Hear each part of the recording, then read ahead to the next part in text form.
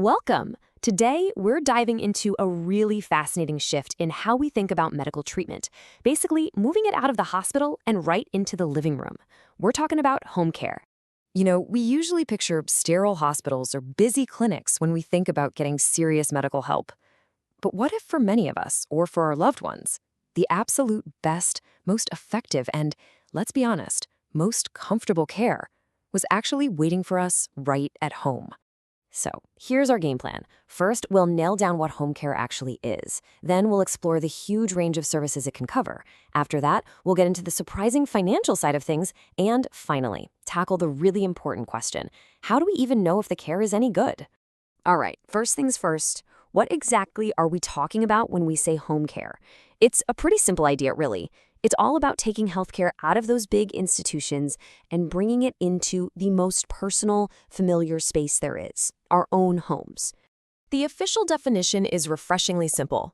Home care is basically any kind of health or supportive care that's delivered right inside a person's home where they already live and feel most at ease. And this is a really important point to get. We're not just talking about a little add-on service. For a lot of people, home care is a powerful, direct alternative to moving into a place like a nursing home. It lets people get the help they need without leaving the comfort of everything they know. But don't think for a second this is just about someone stopping by for a friendly chat. The sheer variety of services you can get with modern home care is, well, pretty incredible. I mean, look at this range. It covers everything from the basics of daily living, like helping with bathing or making meals, all the way to highly skilled nursing care, like giving injections or handling complex wound care. It even extends to things like end-of-life care, psychological support, and helping manage complicated medical gear. And the people providing this care, they're a whole team of professionals. You might have qualified nurses, other medical staff, or nursing auxiliaries, all working together to create a support system that's tailored specifically to what that one person needs. Now, you hear about all this personalized one-on-one attention, and you're probably thinking, okay, that's gotta be ridiculously expensive. But this is where the story gets really interesting.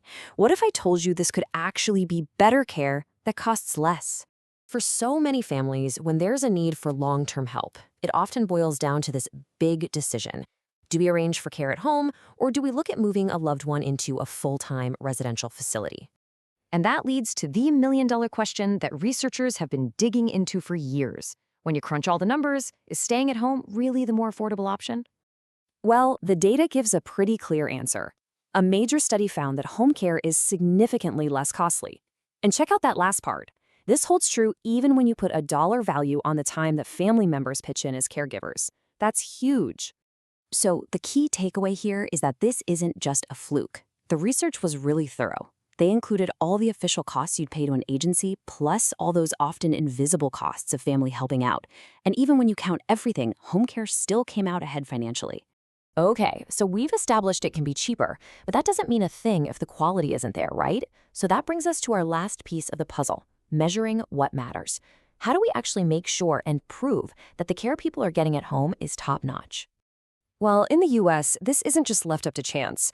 There's a government body, the Centers for Medicare and Medicaid Services, or CMS, and they run something called the Home Health Quality Reporting Program.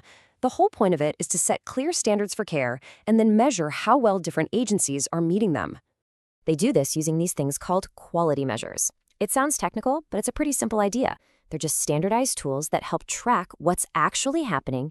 They look at real patient results, they measure how patients feel about their care, and they hold everyone accountable for doing a good job. And that's the big shift here. In modern home care, quality isn't just something you hope for or assume based on a brand name. It is actively, objectively measured with cold, hard data. And this chart is a great little snapshot of how it works. The program has big picture goals, and then it tracks specific, concrete things to see if they're being met. So for a goal like starting strong, they'll measure if care started on time. For getting better, they might track something tangible, like if a patient is now able to bathe more easily on their own. And to make sure people are staying safe, they'll check that a proper medication review happened. And these measures are all about real-world stuff that matters to the patient.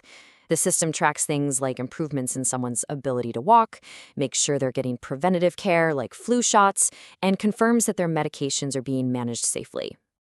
So when you put all of these pieces together, a really clear picture starts to form.